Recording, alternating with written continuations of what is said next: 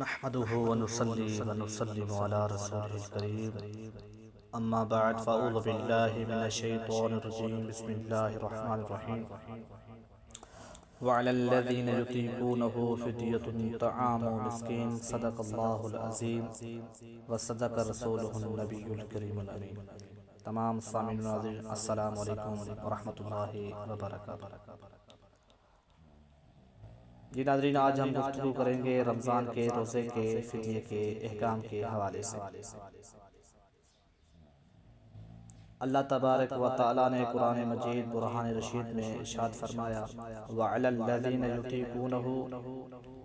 فِدْيَةٌ طَعَامُ مِسْكِين، اور جو لوگ روزہ رکھنے کی طاقت رکھتے ہیں ان پر ایک مسکین کے کھانے کا فدیہ ہے۔ سورہ بقرہ آیت نمبر 184۔ ابتدا میں جب رمضان المبارک کے روزے فرض کیے گئے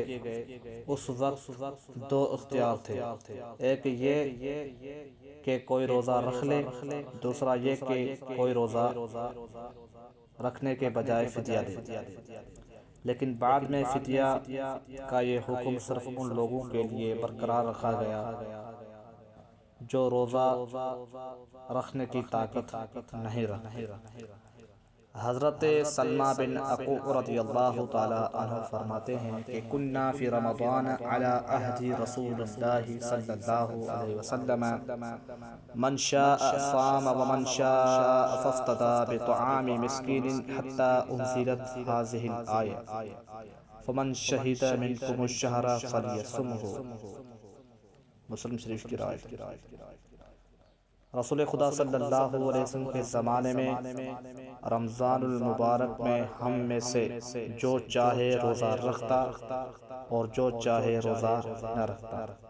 اور اس کا ایک مسکین کے کھانے کے ذریعے فدیہ دے دیتا، یہاں تک کہ یہ آیت کریمہ نازل ہوئی کہ جو شخص تم میں سے رمضان کے مہینے کو پائے تو اس چاہیے کہ اس مہینے کے روزے رکھے۔ عزیزان محترم، ایک اور جگہ پر حضرت معاذ بن جبل رضی اللہ تعالیٰ عنہ فرماتے ہیں کہ روزوں کا معاملہ یہ ہے کہ رسول خدا صلی اللہ علیہ وسلم مدینہ میں تشریف لائے تو آپ صلی اللہ علیہ وسلم نے ہر مہینے میں 3 روزے اور عاشورہ یعنی 10 محرم کے روزے رکھنے شروع کر دیے۔ پھر اللہ تبارک و تعالیٰ نے آپ صلی اللہ علیہ وسلم پر ماہ رمضان المبارک کے روزے فرض کیے اور یہ آیت کریمہ نازل فرمائی کہ اے لوگو، تم پر رمضان المبارک کے روزے فرض کیے گئے ہیں جس طرح تم سے پہلے لوگوں پر فرض کیے گئے تھے، اس آیت تک کہ جو لوگ روزہ کی طاقت رکھتے ہیں ان پر ایک مسکین کے کھانے کا فدیہ ہے۔ پس جو شخص چاہتا روزہ رکھتا، جو شخص چاہتا مسکین کو کھانا کھلا دیتا، اس کی طرف سے یہی کافی ہو جاتا تھا۔ پھر اللہ تبارک و تعالیٰ نے دوسری آیت نازل فرمائی کہ رمضان کے مہینے میں قرآن مجید نازل کیا گیا اللہ تعالیٰ کے اس قول تک کہ جو تم میں سے رمضان کے مہینے کو پائے تو اسے چاہیے کہ اس کا روزہ رکھے۔ تو اللہ تعالیٰ نے رمضان کے روزوں کو مقیم صحت مند پر لازم فرما دیا اور مریض اور مسافر کے لیے رخصت دے دی کہ وہ بعد میں رکھ لیں، اور کھانا کھلانا اور فدیہ دینا اس بڑے شخص کے لیے ثابت رہا جو روزوں کی فی الحال اور آئندہ طاقت نہیں رکھتا۔ بس یہ 2 تبدیلیاں ہیں، یہ حاکم اور مسند احمد کے اندر روایت موجود ہے۔ اس کے بعد حضرت ابن عباس رضی اللہ تعالیٰ عنہ فرماتے ہیں کہ سورہ بقرہ کی اس آیت میں جو روزوں کے فدیہ کا حکم دیا گیا وہ بوڑھے اور مریضوں کے لیے جو روزوں کی طاقت نہیں رکھتے اور آئندہ بھی ان کو روزہ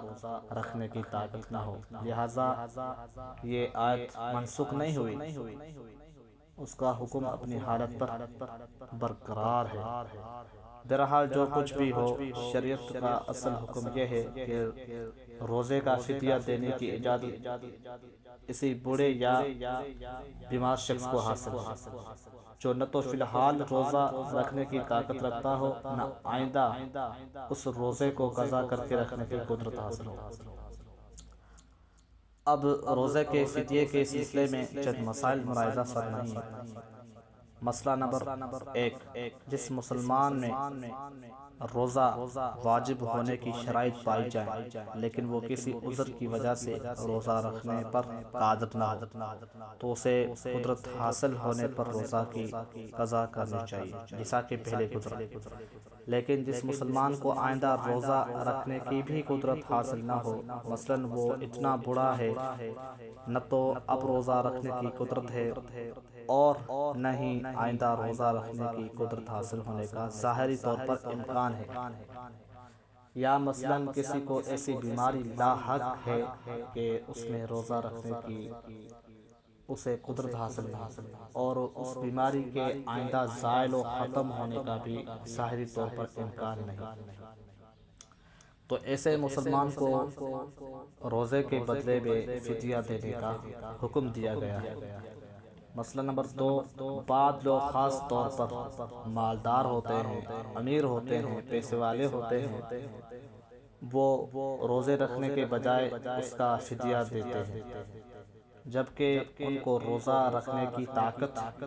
ہوتی ہے، تو روزے کا فدیہ اس طرح ادا نہیں ہوتا، کیونکہ جب تک روزے رکھنے کی طاقت ہو